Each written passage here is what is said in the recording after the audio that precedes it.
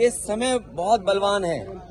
हमने आपने तमाम किस्से सुने होंगे, समय से ज्यादा बलवान नहीं है। और समय आएगा, ये कितने भी नेताओं को जेल भेज देंगे, लेकिन जनता को जेल नहीं भेज सकते। जनता रामपुर की टिकट को लेकर के और टिकट लेकर के भी चर्चा हुई है। सर पल्लवी देखिए, ये पीडीए ही जीतेगा, पीडीए ही जीतेगा, पीडीए ही एनडीए को हराएगा। और पीडीए से घबराई हुई है सरकार। लगातार मुख्यमंत्रियों पर कार्रवाई हो रही है, क्या ये कोई नया तरीका नहीं है। ये समय बहुत बलवान है। हमने आपने तमाम किस्से सुने होंगे, समय से ज्यादा बलवान नहीं है। और समय आएगा जब बीजेपी को भी जनता सबक सिखाएगी। केवल जनता इंतजार कर रही है कब उसे वोट डालने का मौका मिल जाए। और केवल मुख्यमंत्रियों को जेल भेजने से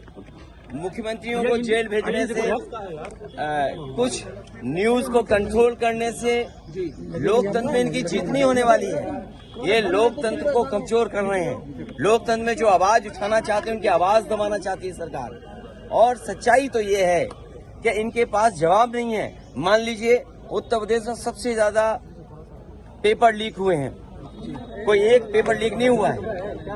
जितनी भी परीक्षाएं हुई हैं सबके पेपर लीक हुए हैं। और पेपर लीक होने से जिन बच्चे नौजवानों का भविष्य अंधकार में गया है, मैंने कई बार बोला हूं, मैं फिर बोलता हूं, 60 लाख बच्चे जिनका भविष्य इस भारतीय जनता पार्टी ने उत्तर प्रदेश में छीना है। 60 लाख और उनके माँ बाप को मिला लें तो 60 लाख गुणा 3 कितना हुआ? 1 करोड़ 80 लाख। 1 करोड़ 80 लाख का अगर हम भाग दे दें, 1 करोड़ 80 लाख को हम भाग दे दें 80 से लोकसभाओं से, तो हर लोकसभा में 2,25,000 वोट कम हुआ है। और जिस दल का 2,25,000 वोट कम हो जाए एक लोकसभा में, तो सोचो कितनी घबराई हुई होगी। क्या इलेक्ट्रॉन बॉन्ड ने भारतीय जनता पार्टी का बैंड नहीं बजा दिया? इलेक्ट्रल बॉन्ड जो मिले हैं भारतीय जनता पार्टी का, क्या उसका जवाब है उनके पास? और अगर आप दिल्ली वाली बात कर रहे हैं, तो जो आरोप लग रहा है, क्या इलेक्ट्रल बॉन्ड उसने भारतीय जनता पार्टी के लोगों को नहीं दिया? तो ये घबराहट में अपना जो मुद्दा बदलने की जो तरीका है, इसमें भारतीय जनता पार्टी कामयाब नहीं होगी। ये कितने भी नेताओं को जेल भेज देंगे, लेकिन जनता को जेल नहीं भेज सकते। जनता इनको सबक सिखाएगी। अखिलेश जी पल्लवी पटेल और जेल तो जेल ही होती है जी। और अकेलेपन में कोई रहे, और जेल की अपनी परेशानियां होती हैं, तो वो तो फेस करनी पड़ती हैं। और हमें उम्मीद है कि उन्हें न्याय मिलेगा, उनके परिवार को न्याय मिलेगा। आदरणीय मोहम्मद आजम खान साहब, उनके साथ अन्याय लगातार हो रहा है। ये भी इनह्यूमन एक्टिविटी है सरकार की कि 2 परिवार एक साथ नहीं है। जब परिवार को सजा मिली है, और कहीं ऐसा आपको देखने को नहीं मिला होगा कि परिवार के लोगों के साथ ऐसा अन्याय हो रहा होगा।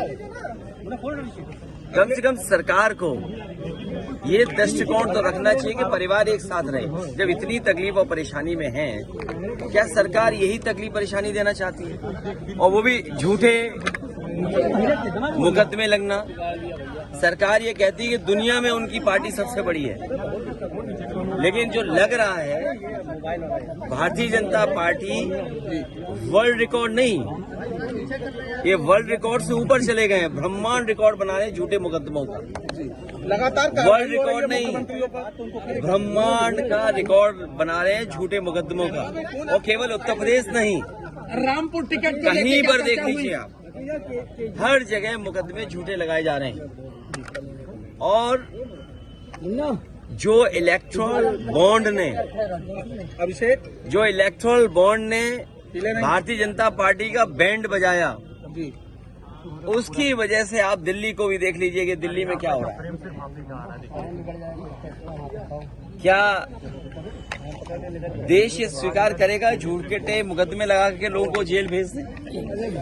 और अन्याय की कोई उम्र नहीं होती है। जुल्म की करने वाला कितना भी जुल्म करेगा, अंत में सच्चाई की जीत होगी, सच्चाई की जीत होगी।